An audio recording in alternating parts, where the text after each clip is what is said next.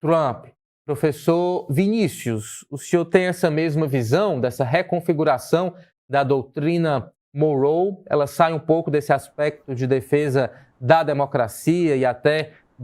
da própria hegemonia norte-americana para se voltar mais para o âmbito econômico e principalmente essa disputa aí de gigantes com a China que a gente observa escalar após a chegada de Trump ao poder? Sua visão?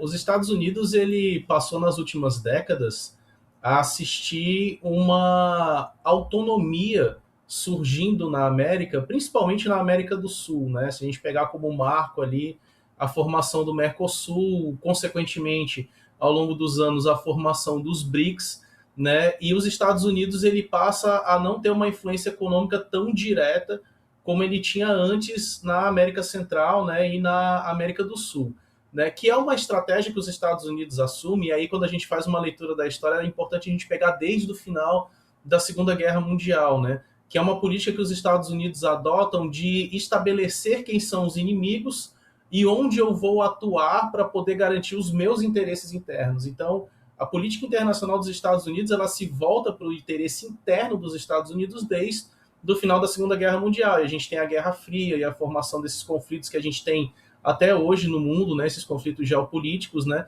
e o acirramento desses conflitos agora, né, a partir do governo Trump, né, por isso que não é irônico, né, ele trazer a doutrina Monroe de volta, né, porque inicialmente ela foi apenas uma questão anticolonialista europeia, né, e com o passar das décadas ela foi sendo reinterpretada de acordo com os interesses internos dos Estados Unidos, né, tanto que houveram situações de reocupação de regiões aqui da América feita pela Inglaterra, por exemplo, né? As Ilhas Malvinas, que hoje são Falkland, ali na região da Argentina, que não houve intervenção dos Estados Unidos e a explicação deles foi que não estava dentro dos interesses, né? Então, o que o Truman faz é uma releitura de uma clássica política externa dos Estados Unidos, que é um controle, né, da América, né, digamos assim, como uma região de interesse interno para os Estados Unidos, e não necessariamente de uma melhoria, né? E a gente vê isso num histórico, né, de financiamento dos Estados Unidos em ditaduras aqui na América do Sul, por exemplo, né, as questões relacionadas à Venezuela, bloqueios econômicos na região do Caribe ali, por exemplo, em Cuba, que acontece desde 1953. Então, é um discurso que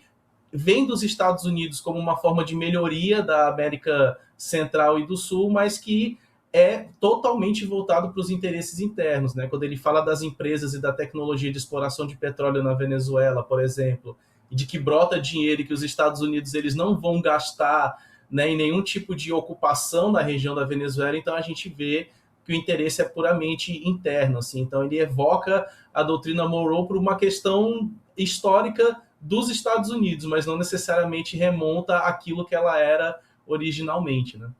Isso, e aplicar a doutrina Monroe atualmente fica ainda mais complicado,